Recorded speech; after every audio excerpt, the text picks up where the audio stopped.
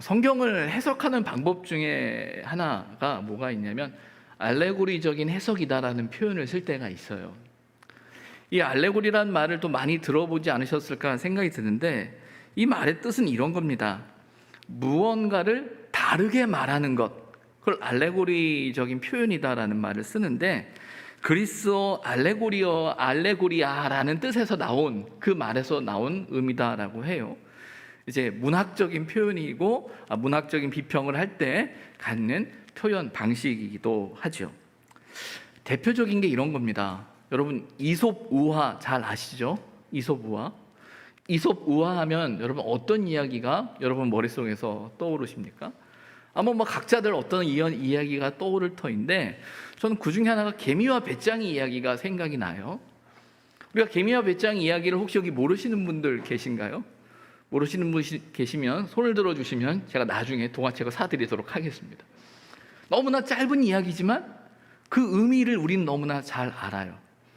근데 그 이야기는 단지 개미와 배짱이에 대한 이야기를 하려고 하는 게 아니라 개미와 배짱이의 모습 속에서 어떤 의미를 전달하는 거잖아요. 어떤 말을 하는 거잖아요. 그러니까 이것이 알레고리적인 해석이고 표현이다라는 말을 쓰는 거예요.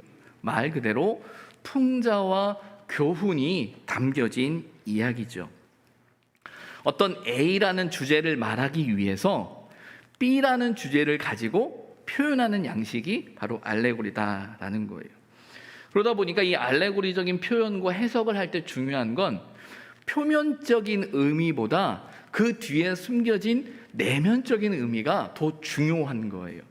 그래서 보여지는 것만 보고서는 안 되고 그 뒤에 어떤 의미를 가지고 있는가를 알아야 정확하게 그 의미를 알게 되는 거죠. 그런 면에서 성경을 쭉 읽어가다 보면 예언서나 또 특별히 우리가 마태복음의 말씀을 쭉 읽고 있는데, 예수님의 비유들, 그리고 이제 예루살렘 입성 이후에 예수님께서 말씀하시는 어떤 그런 비유들 속에는 상당히 알레고리적인 해석과 접근이 필요한 내용들이 많이 있다라는 거예요. 그래서 그 내용을 정확하게 잘 알기 위해서는요, 그 상황에 대한 이해, 배경에 대한 이해, 맥락에 대한 이해를 가지고 있어야 한다라는 거예요. 그래서 그런 배경과 상황과 맥락에 대한 이해를 제대로 갖지 못하면 자의적인 해석이 되고 엉뚱한 해석이 되고 엉뚱한 의미를 부여해서 전혀 다른 결과를 만들어 내기도 한다라는 거예요. 이 알레고리적인 해석이 좀 위험한 부분이 있어요. 어떤 거냐면 이게 어떤 보여지는 것에 의미를 부여하고 해석하다 보니까 자의적인 해석과 내가 생각하는 것에 너무 집중한 나머지 내 뜻을 거기다 담아버리는 거예요. 그래서 이런 알레고리적인 해석의 병폐와 또 잘못된 것 중에 하나가 뭐냐면, 잘못 이용하는 것 중에 하나가 뭐냐면, 이단들이 성경을 해석하는 방식 중에 하나가 그건 거예요. 모든 걸 그 알레고리적인 해석을 가지고 이건 이걸 의미하는 거야, 이건 저걸 의미하는 거라고 하면서 이 보여지는 건 이거지만 실질적으로 의미하는 건 이거고 이건 무엇이야 라고 또 다른 설명을 붙이면서 그 성경을 이제 풀어가는 거예요. 근데 놀라운 걸 이렇게 듣다 보면 또 말이 되는 것 같아요. 신기하게.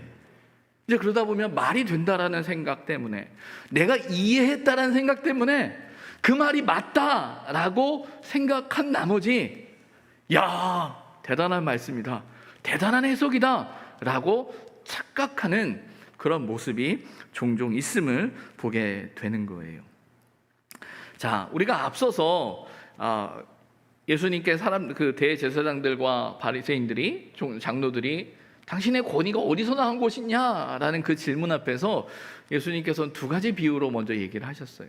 자, 두 아들의 비유를 우리가 기억하는데, 이 두 아들의 비유를 알레고리적인 해석과 의미로 부여한다면, 자, 아버지는 누구를 나타내는 걸까요? 아버지? 두 아들의 비유에 있어서 아버지? 하나님을 나타내는 개념이 되는 거고요. 첫째 아들은요, 율법을 잘 알고 있지만 율법을 행하지 않는, 오늘 본문과 상황과 배경 속에는 대제사장들이나 종교 지도자들을 나타내겠죠. 둘째 아들은요, 어떤 면은 율법을 잘 몰라요. 하나님 말씀 어떤 면은 잘 몰라요. 그리고 어떤 면에서는 그들이 구원의 대상처럼 보여지지도 않아요. 그런데 그들이 하나님의 말씀을 듣고 행하는 사람들이에요. 그래서 성경에 보게 되면 세리와 창녀들로 표현되어져 있죠.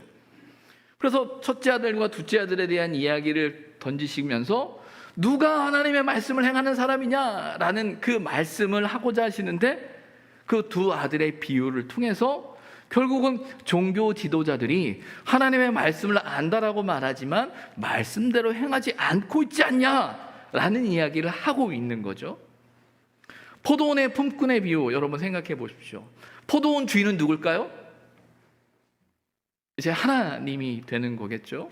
그러면 거기에는 포도원 농부들은요, 종교 지도자들을 상징하는 개념이 되고, 종들은 구약에 나오는 선지자들을 상징하게 되고, 그 아들은 하나님의 아들이신 예수 그리스도를 상징하는 그런 의미적으로 그런 의미들을 던지고 있는 거예요.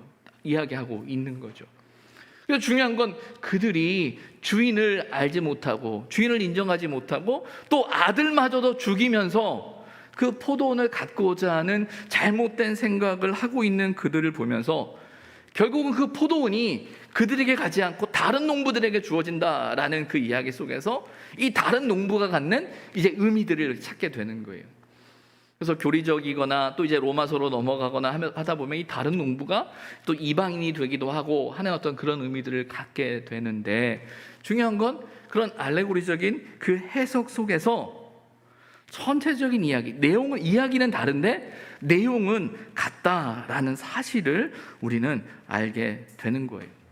표면적으로는 다른 이야기지만 같은 말을 하고 있음을 말하고 있는 거죠. 결론이 뭡니까? 그 종교 지도자들이 믿음이 없는 거예요. 하나님을 안다고 말하는데 하나님을 알지 못하고 있다라고 말하고 있는 건데, 자신의 눈앞에 있는 그 종교 지도자를 향해서 너희들이 하나님을 몰라, 네가 하나님을 믿지 않는 거야, 성경을 제대로 모르는 거야 라고 대놓고 직설적으로 이야기하면 더 문제가 된다는 생각 때문에 나름 완곡한 표현을 쓰면서 이 표현을 하고 있음을 보게 되는 겁니다. 이제 세 번째 비유로 이어져 가고 있는 거예요. 또 다른 이야기, 또 다른 표현이지만 같은 의미의 확장이라는 사실을 우리가 기억하면서 말씀을 보아야 합니다. 1절에 보면 예수께서 다시 비유로 대답하였다라고 말씀하고 계세요. 이 다시 비유로 대답하였다라는 말은 앞서 나왔던 두 개의 비유와 연결되어지는 이야기가 오늘 본문이다라는 것을 마태는 이야기합니다. 그런데 여러분, 이 본문에 나오는 오늘 읽었던 이 이야기가 사실은 누가복음에도 나오거든요.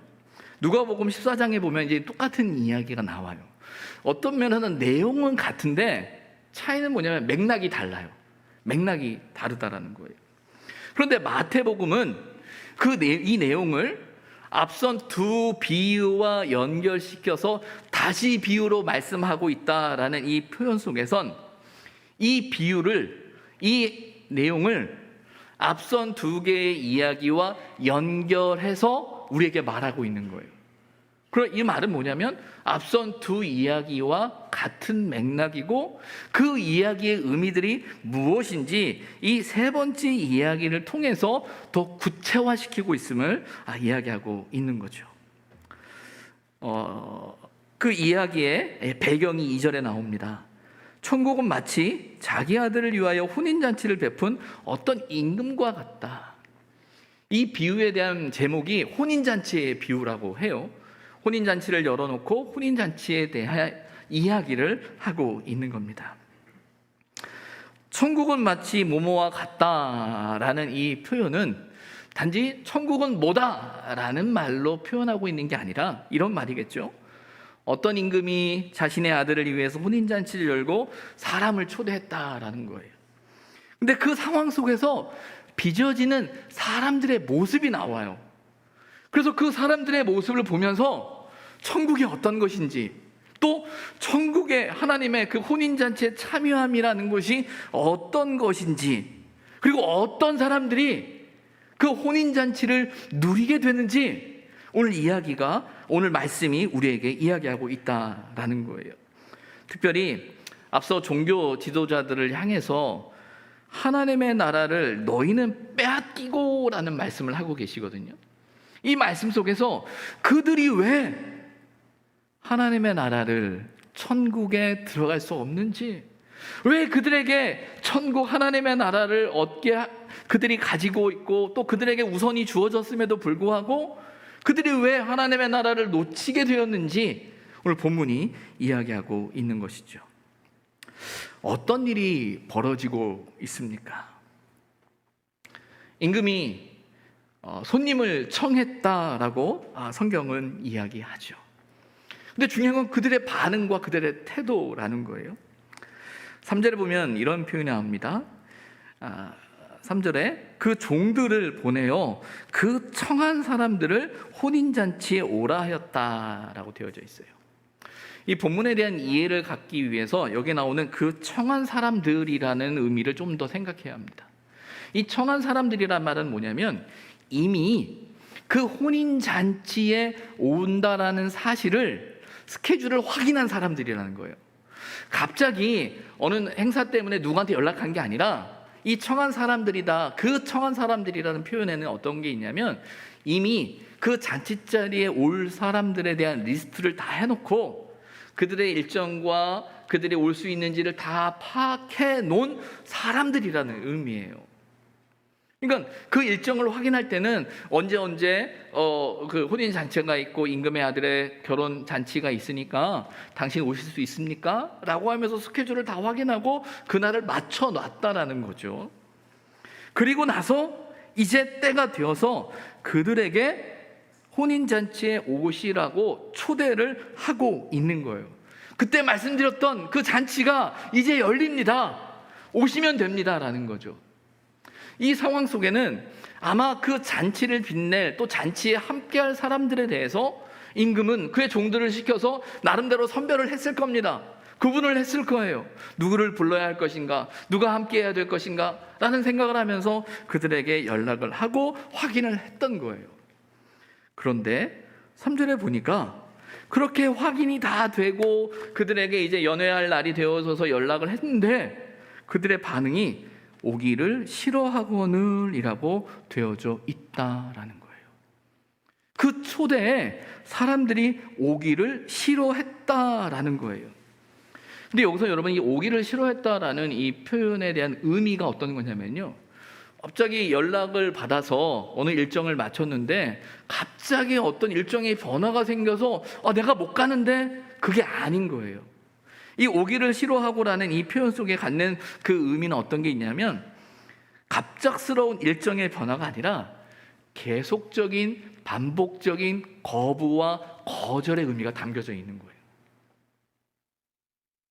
그리고 나서 이런 상황 앞에서 그들의 상황을 보고 이야기를 하죠. 다시 다른 종들을 보냈다라고 이야기합니다.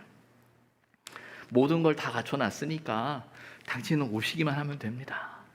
아니 갑작스럽게 무슨 일이 생기셨는지 모르겠지만 꼭 오셔서 이 잔치를 빛내주시고 함께 하시면 좋겠습니다 라고 하면서 임금이 다른 종들을 보내서 더 완곡하게 그들을 초대하고 요청하고 있음이 4절에 나오죠.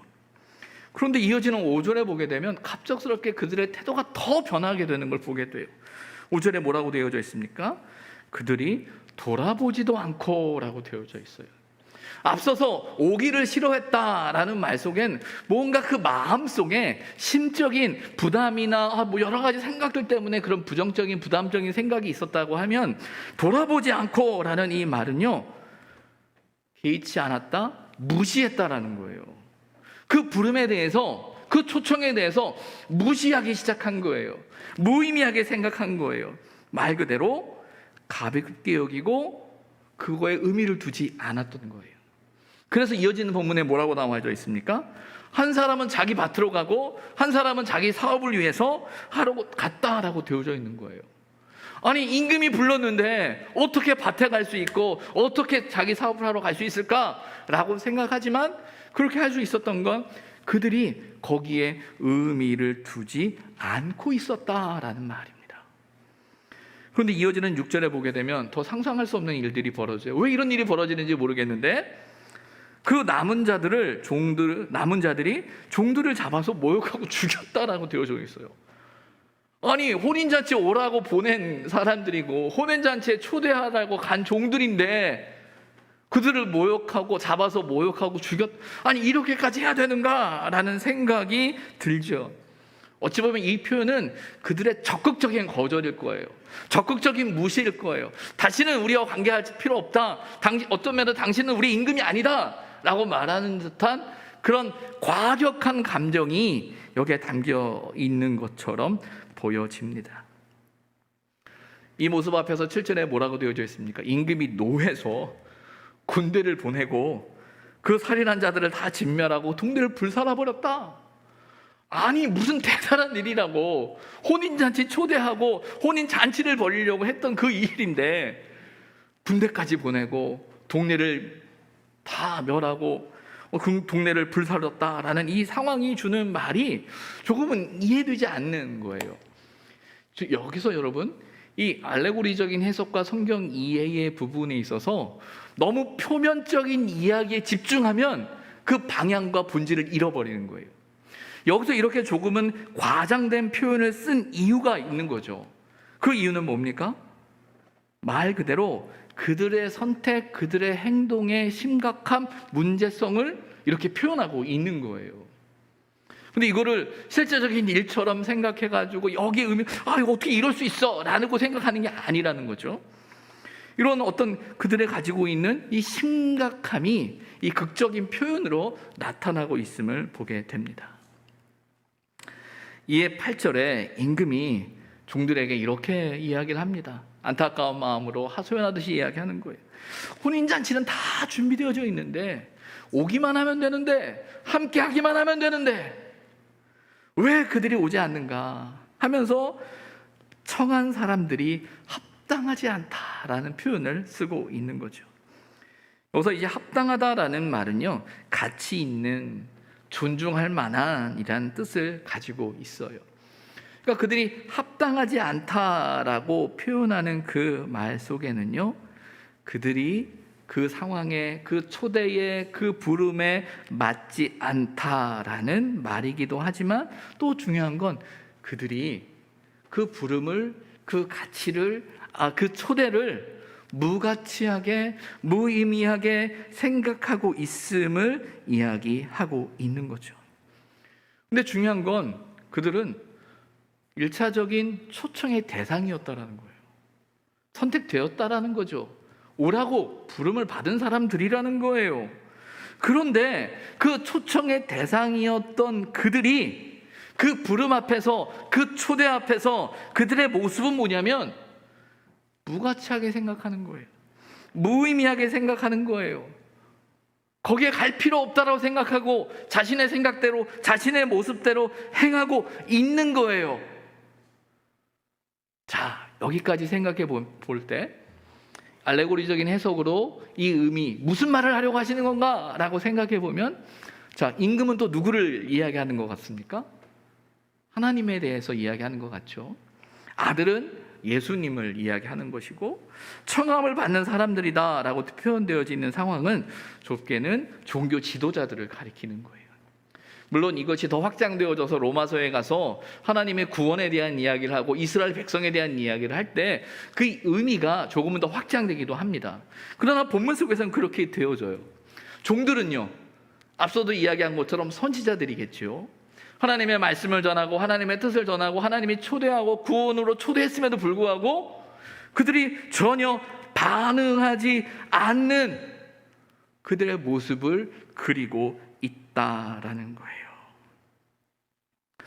여러분, 우리가 하나님을 믿는다라고 할 때, 우리가 하나님의 말씀을 본다라고 할 때, 우리가 하나님의 말씀을 듣는다라고 할 때, 우리가 믿음을 갖고 있는다라고 할 때, 그게 단지 교회 나간다라는 말로 그 모든 걸 설명할 수는 없어요. 우리가 하나님을 믿는다라는 말의 가장 큰 핵심은 뭐냐면 이 말씀의 가치와 그 의미에 동의하고 반응한다라는 거예요. 그 가치를 따른다라는 거예요. 내가 그렇게 살겠다라는 거예요. 그렇게 사는 것에 대한 가치와 관심과 의미가 있다라는 거예요. 그게 우리가 믿음을 갖고 있는 거예요. 그런 고백이 있어야, 그런 결단이 있어야 변화가 일어나는 거예요. 성장이 일어나는 거예요. 아, 내가 이래야지, 이게 맞는 거지, 이 가치를 쫓아 살아야지, 이게 하나님의 말씀이지, 이 사실에 대한 고민이 우리에게 있고, 그 고민 앞에서 몸부림칠 때 우리가 성장하게 되는 거예요. 근데 만약에 거기에 가치를 두지 않아요? 거기에 의미를 두지 않아요? 그게 나와 상관없는 거라고 생각해요? 근데 하나님 말씀은 알아요? 그럼 그게 믿음이 있는 것인가? 아니라는 거죠. 아니라는 거예요. 여기서 우리가 하나 생각해 보아야 될 게 있어요. 조금 더 의미를 더 확장해서 이렇게 생각해 보면 어떨까 싶어요. 어떻게 임금이 불렀음에도 불구하고, 왕이 초대했음에도 불구하고 그들이 그런 선택을 했을까? 아마 여러분들 종종 이런 이야기 많이 들었을 거예요. 아니, 대통령이 오라고 그러는데 안 갈 수가 있어? 왕이 오라고 그러는데 안 갈 수가 있어? 사실은 이 상황은 있을 수 없는 일일 수 있어요. 있을 수 없는 이야기일 수 있어요. 그럼에도 불구하고 이 이야기가 만들어지고 예수님께서 하시는 거는 있을 수 없는 그 일이 일어나고 있음을 말씀하기 위해서인 거죠. 그런데 여러분, 왜 이런 일이 일어났을까요? 왜 그 종들을 죽이기까지 하는 그 일이 일어나게 된 이유가 무엇일까요? 본문에 두 가지 그들의 태도 속에서 그 의미를 분명히 할 수 있는데, 하나는 오기 싫었다라는 거예요. 오기 싫었다라는 거예요. 앞서서도 잠시 말씀드린 것처럼 오기 싫다라는 건 그들이 가지고 있는 감정적인 어떤 갈등과 고민일 거예요. 귀찮을 수 있고요, 불편할 수 있고요. 아, 내가 가야 되나? 때로는 거기에 전혀 의미를 두지 않는 어떤 감정, 어떤 생각, 어떤 말, 어떤 행동들이었을 거예요. 어찌 보면 작은 것들이었을 거예요.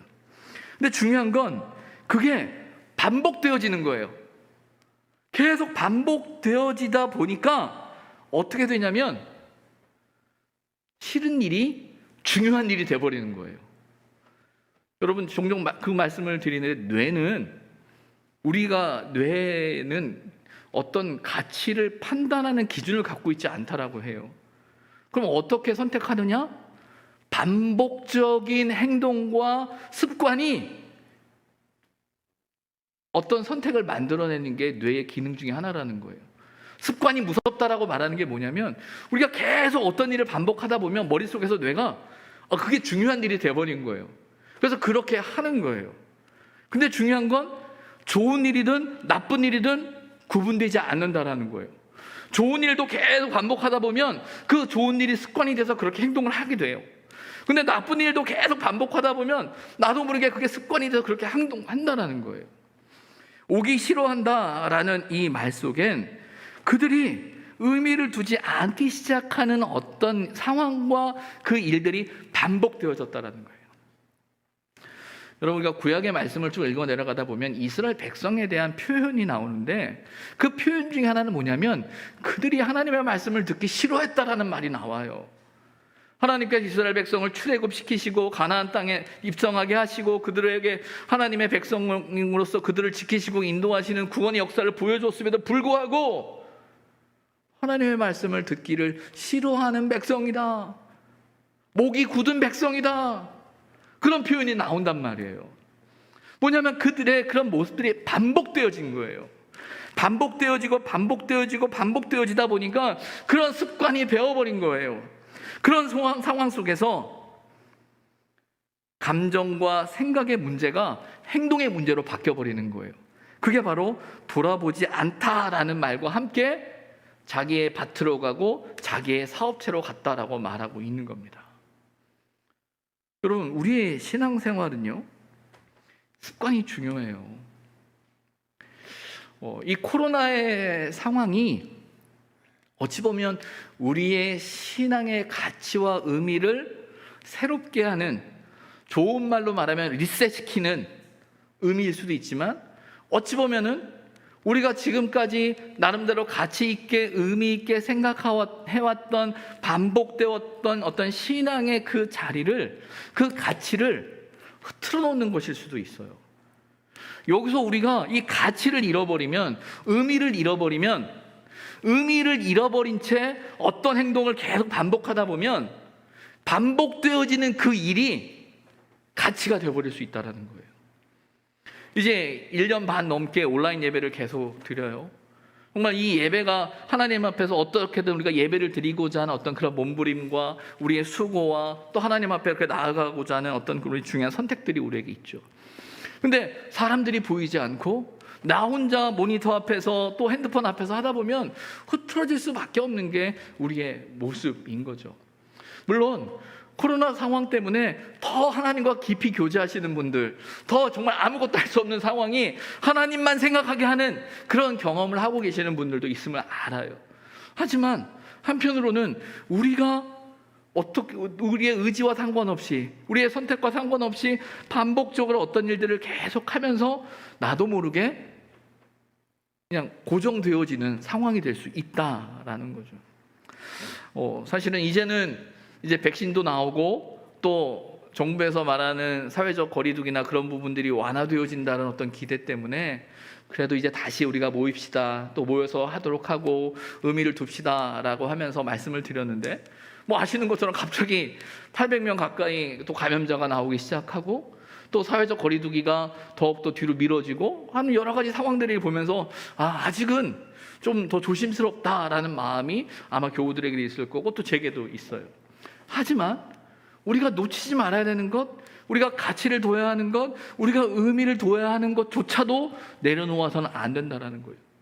시기의 문제고 언제 다시 시작할 것인가라는 것에 대한 고민은 우리에게 있지만 다시 해야 되는 것, 다시 자리를 지켜야 되는 것, 우리가 가치를 가지고 가야 되는 그 일들에 대해서 놓치지 말아야 한다라는 거예요.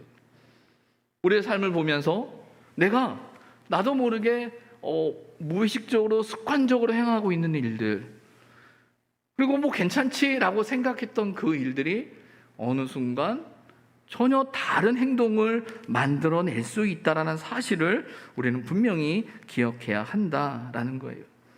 모든 일은요, 한순간에 벌어지지 않습니다. 모든 일은 쌓여져 가는 거예요. 쌓여져 가는 거예요. 무엇을 쌓고 있는가, 어디를 가고 있는가, 어떻게 하고 있는가, 우리는 늘 놓치지 말아야 한다라는 거예요. 근데 여러분, 다행인 건 뭐냐면 혼인잔치가 취소되지 않았어요. 그 난리가 있었는데 혼인잔치가 취소되지 않았다라고 성경은 이야기합니다. 그들의 거절과 부적절한 행동이 혼인잔치를 막을 수는 없었어요. 무엇보다 자신의 아들의 혼인잔치를 위해 자신의 자존심을 내려놓고 그 혼인잔치를 지키고자 하는 아버지의 마음, 임금의 모습이 발견되어집니다. 자, 이제 임금이 다시 종들을 부릅니다. 야, 이 혼인잔치를 해야 되는데 그럼 누구로 이 손님을 모셔야 되느냐. 그러면서 이야기하죠. 9절과 10절인데 종들이 내거리 길에 가서 사람들을 만나는 대로 혼인잔치에 초청을 합니다. 또 10절에 보게 되면 종들이 길에 나가서 악한 자나 선한 자나 다 만나는 대로 모든 사람을 데려왔다라고 되어져 있어요. 그리고 혼인잔치에 손님들이 가득했다라고 되어져 있습니다. 앞서 처음 초대를 했던 사람들, 그들과 오늘 9절과 10절에 나오는 이 사람들과 어떤 차이가 있을 것 같습니까? 어찌 보면 앞서 초대했던 사람, 나름대로 선별된 사람들이었을 수도 있어요. 자격이 된다라고 생각하는 사람들도 있을 수 있고, 특별히 그들에 대한 애정을 갖고 그들을 선택하셨을 수도 있어요. 그런 면에서 9절과 10절에 나오는 사람들은 어떤 선별의 기준도, 어찌 보면 아쉬움도, 인간적인 아쉬움도 있는 게 사실이에요. 그런데 한편으로는 그들에게는 기회가 온 거죠. 그전에는 상상도 할 수 없는 일이에요. 그 잔치 자리에 내가 간다고 그 자리는 내 자리가 아니라고 생각하고 있었는지도 몰라요. 아니, 상상도 못했을 거예요. 그런데 그들에게 기회가 온 겁니다. 임금의 혼인잔치에 내가 초대되어졌어, 내가 갈 수 있게 됐어 라는 그 상황을 가지고 많은 사람들이 혼인잔치에 참여하고 있음을 보게 되는 거예요. 그래서 가장 중요한 건요, 앞에 있는 사람, 처음 초대받은 사람들과 이 9절과 10절에 나오는 사람들의 가장 큰 차이는 뭔지 아십니까? 그 잔치 자리에 있다라는 거예요. 있다라는 거예요. 여러분, 우리는 종종 이런 생각을 해요. 나 믿을 거야. 나 교회 갈 거야. 할 거야. 물론 소망이 보이고 가능성이 보여요. 근데 여러분, 중요한 건 갈 거야, 그럴 거야 중요하지 않아요. 가야지요. 해야지요. 그곳에 있어야지요. 근데 우리는 갈 거야, 할 거야, 그래, 그런 생각을 하면서 마치 내가 한 것처럼 착각하고 있어요. 아니에요. 가야 돼요. 우리는 종종 이렇게 생각하죠. 그들이 누구냐? 그거보다 더 중요한 건 뭐냐면요, 그들이 그 자리에 있느냐 없느냐예요. 그가 얼마나 능력을 갖고 있느냐? 아니에요. 그가 그 자리에, 혼인잔치에 있느냐라는 거예요. 우리의 신앙생활은 나 할 거야, 기도할 거야, 성경 볼 거야, 뭐 할 거야, 할 거야가 신앙생활을 하는 게 아니고요, 하는 게 신앙생활이에요. 하는 게 신앙생활이에요. 우리는 내가 뭐가 돼야 되고 내가 이런 생각을 갖고 있기 때문에 나는 이런 사람이야라고 생각하는데 아니에요. 다 필요 없어요. 해야지요. 그 자리에 있어야죠. 그런 면에서 그들에겐 은혜가 있는 거죠. 기회가 있는 거죠. 잔치 자리에 참석할 수 있는 은혜가 그들에게 있는 거고, 그들은 그 자리에 참석함으로 그 은혜를 누리고 있는 거죠. 신앙생활은 그 은혜를 누리는 일입니다. 머리로만 할 거야? 아니라는 사실을 여러분 꼭 기억하셔야 됩니다. 그런데 뜬금없이 갑자기 또 다른 상황이 벌어졌네요. 임금이 그 손님들을 맞이하려고 나와서 이렇게 쭉 둘러보는데, 오늘 본문에 보면 예복을 입지 않은 한 사람이 나온다라고 되어져 있어요. 자, 앞서 나왔던 내용들, 9절과 10절의 내용들을 쭉 보다 보면 예복을 입지 않을 수도 있겠다라는 생각을 할 수 있어요. 왜냐하면 길거리에서 사람 부르고 아무나 선한 자나 악한 자나 다 불러 모으는 이 상황 앞에서, 아니 당연히 급한 나머지 예복도 못 입을 수 있을 것이고, 때로는 구별되지 않고 선별되지 않은 사람들이다 보니까 예복을 안 입는 게 당연할 수 있어라는 생각이 우리의 생각일 수 있어요.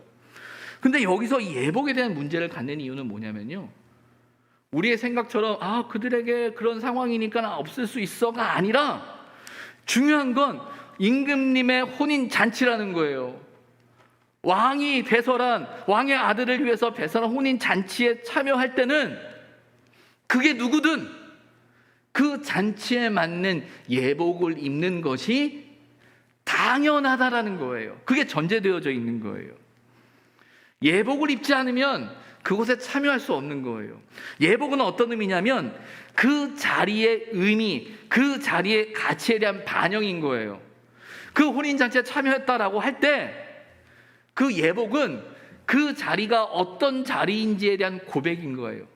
그 잔치 자리에 참여했다라고 하고 있을 때 그 예복은 자신을 부른, 자신을 초대한, 자신을 이 자리에 있게 한 그분에 대한 인정과 존중과 믿음의 태도가 예복이라는 거예요. 근데 예복을 입지 않았다라는 이 표현은 그가 그 자리에 있지만 그가 그 자리를 만든, 그를 부른 그분에 대한 태도, 존중, 믿음 없었다라는 이야기인 거죠. 이 예복에 대한 이 알레고리적인 해석이 상당히 많이 확장되어질 수 있어요. 그래서 이제 어떤 분들은 예복은 예수 그리스도의 보혈의 피다라고 하면서 또 다양한 의미들을 이제 부여할 수 있고 또 확장하기도 해요. 근데 좀 조심스럽죠. 근데 분명한 건 뭐냐면 이 예복이 갖는 상징은 그 자리, 그를 부른 이에 대한 그의 고백과 그의 태도다라는 거예요. 우리는 종종 이런 생각을 하죠. 아니 그 사람이 집에 예복이 없었으면 어떡합니까? 아니 너무나 가난해가지고 예복도 살 돈이 없으면 어떡합니까? 그런 차원의 문제가 아니라는 거예요. 그 자리에 들어간다라고 할 땐 그게 누구든 그 예복을 입어야 한다라는 거예요. 그런데 그는 입지 않았다라고 되어져 있는 거죠. 그 부름에 반응하는 태도, 그 부름의 그 잔치 자리에 대한 그의 고백, 그를 부른 이에 대한 그의 인정과 믿음이 없음을 이야기하고 있는 거예요. 이어지는 12절에 막 묻죠. 어찌 예복을 입지 않고 여기 들어왔냐? 아무 말도 못했다라고 되어져 있습니다. 아마 아무 말도 못했다라고 할 때 우리의 상상력은 이렇게 할 수도 있어요. 정말 자존심 상해서 옷이 없어서 못 입었어요 라는 말을 못했다, 그게 아니라고 여러분 생각하셔야 됩니다. 그게 아니라는 거예요. 어찌 보면 그 마음속에 의미를 두지 않고 가치를 두지 않고 그 부름에, 그 잔치에 대한 그의 고백이 부족했다라는 말로 이해해야 한다라는 거죠. 그래서 이어지는 13절에 보게 되면 임금이 사환들에게 말해서 그 손발을 묶어서 바깥 어두운데 내던져라 라고 되어져 있어요. 아니, 그렇게까지 할 필요가 뭐가 있습니까? 라는 생각이 드는데, 이렇게 이야기하는 건 그 의미가 무엇인지를 더 강조하고 있는 극적인 표현임을 우리는 알게 되는 거예요. 이제 결론으로 갑니다. 마지막 14절이죠. 예수님, 임금이 이렇게 이야기하죠. 예수님이 말씀하십니다. 청함을 받은 자는 많되 택함을 입은 자가 적다. 사실은 1절에 나오는 다시 비유로 이야기하고자 하는 그 비유의 핵심이 14절인 거예요. 하나님이 많은 사람을 청했는데 막상 그 청함에 반응하고 그 부름 앞에 순종하면서 나오는 사람이 너무 적다라는 거죠. 이 종교 지도자들이 누구보다 하나님의 말씀을 잘 알고 하나님의 뜻대로, 하나님의 말씀대로 행한다라고 말하지만, 그들을 불렀지만, 그들을 택했지만 그들이 하나님의 말씀에 반응하지 않는다라는 거예요. 이 말씀을 하고 계시는 거죠. 그들에게, 우리에게 경각심을 던지고 있는 거예요. 우리가 부름 받았다고 해서, 선택 받았다고 해서 끝난가? 아니라는 거예요. 그 부름에 내가 반응하고 있는가? 그 부름 앞에 내가 온전히 서 있는가? 라는 사실을 이야기하고 있는 거죠. 본문을 보면서 이 합당한 자가 누구냐라고 할 때, 바로 택함을 입은 사람들이 누구냐라고 할 때 임금의 표현, 주님의 표현을 빌리자면, 임금의 표현을 빌리자면 합당한 사람이고 예복을 입은 사람들일 거예요. 근데 이 본문을 보면서 해석되어질 때 고민되어지는 게 이런 거였어요. 택함을 입은 사람, 택함을 받은 자. 우리가 가지고 있는 장로교적인 교리 안에서는요, 구원에 있어서 하나님의 절대적인 주권적인 선택이 우리의 구원의 요소라는 하나님의 절대적인 은혜에 대한 고백이 있어요. 그러다 보니까 이 택함을 입은 자가 적다라는 말이 마치 은혜를 입은 자가 적다라는 것처럼, 하나님이 택한 사람이 작다, 하나님이 10명 중에 2명만 택했다, 뭐 그런 의미처럼 해석되어질 수 있는데, 여기서 말하는 건 그런 예정론 쪽이나 하나님의 선택의 의미가 아니라는 사실을 우리는 기억해야 됩니다. 칼빈의 주석에 보면, 칼빈 하면 우리가 장로교가 가지고 있는 그 교리의 가장 핵심적인 거 정리한 분이 이제 칼빈이라는 신학자인데, 칼빈의 주석에 오늘 본문에 대해서 뭐라고 이야기하고 있냐면, 이 본문은 예정론적인 하나님의 선택에 대한 문제가 아니라 우리가 하나님의 말씀, 하나님의 부르심의 그 부르심 앞에서 우리가 어떻게 응답하느냐의 문제를 이야기하고 있다는 거예요. 하나님 앞에 택함을 받고 하나님 믿는 사람으로 살아가는 저와 여러분의 삶에서 내가 어떻게 반응하냐라는 거예요. 하나님의 부름, 혼인잔치의 부름, 하나님의 그 부름, 하나님의 구원받은 자의 그 부름 앞에서 우리가 어떻게 반응하고 있냐라는 거예요. 정말 그것을 가치 있게 생각하느냐라는 거예요. 그리고 그 가치를 쫓아서 살아가고자 하느냐라는 거예요. 예복을 입고 있느냐라는 거예요. 그 부름에 대해 반응하고 있느냐라는 거예요. 여러분, 우리가 예수 믿는다고 할 때, 하나님 믿는다고 할 때 어떻게 더 하나님 앞에 우리가 신앙의 삶을 살아갈 것인가, 하나님 앞에 어떤 우리의 삶의 시간을 드릴 것인가라는 그 고민이 우리에게 있느냐라는 거예요. 신앙의 삶은 교회라는 공간 안에 머무르지 않아요. 우리의 삶 속에 나타나야 되고, 우리의 삶이 예배가 되어져야 되고, 그 삶 속에 우리의 신앙의 모습이 증거되어져야 됩니다. 그런데 이 모습이 자칫 우리가 하나님 앞에 드려지는 시간, 우리가 하나님 앞에 드리는 헌신, 우리가 하나님 앞에 드리는 그것을 숨겨버려요. 왜? 아무도 보지 않는다라고 생각하거든요. 어찌 보면 보이지 않는 곳에서 하나님만 안다라는 그 믿음 안에서 살아가는 그 삶의 자리 속에서 도리어 정말 하나님 앞에 드려져야 할 우리의 삶의 시간들, 하나님 앞에 나아가야 할 우리의 시간들, 우리의 헌신들, 우리의 수고들을 우리는 종종 놓치고 있는지도 모르겠어요. 우리의 수고와 우리의 헌신과 우리의 드려짐은요, 우리가 하나님을 믿는, 하나님이 우리를 부르심에 대한 우리의 반응이고 결단이고 선택인 거예요. 그런데 점점 믿는 자의 그 고백이, 그 결단이, 그 헌신이 작아지는 거죠. 난 교회 다녀, 나 주일 예배 드려, 예배 드리면 됐지 뭐. 근데 여러분, 어떤 면에서는 예배 전혀 안 드리던 사람이 예배 드리는 것 귀한 일이에요. 그러나 그 신앙의 자리가 단지 나 예배 드렸어 라고 끝나는 게 아니라 우리의 삶이 하나님이 기뻐하시는 그 가치를 쫓아서 살아가고 있는 그 신앙의 결단과 그 고백이 우리에게 있느냐라는 거예요. 택함을 받은 자가 적다라는 말은, 아니 너희들이 아무리 노력해도 택함 받은 사람은 정해져 있으니까 안 돼, 그게 아니라 정말 그 부름 앞에 온전히 반응하면서 우리가 살아가야 한다라는, 말씀에 반응하고 살아가야 한다라는 그 말씀을 우리에게 하고 있는 거죠. 우리가 하나님 앞에서, 그 말씀 앞에서 저와 여러분이 고백하는 그 신앙의 고백이 저와 여러분의 삶에 어떤 선택들을 만들고 있습니까? 그리고 그 선택들 속에서 우리가 어떤 헌신을 하고 있고, 하나님의 말씀 앞에서 우리를 부르신 그분 앞에서 우리는 어떤 믿음의 고백을 가지고 살아가고 있습니까? 그 부르심 앞에, 그 초대 앞에 나아가는 은혜, 그 나아가는 그 자리 앞에서 우리가 마땅히 살아가야 할 믿음의 고백이, 믿음의 결단이, 믿음의 헌신이 있길 주님의 이름으로 부탁을 드립니다. 기도하겠습니다.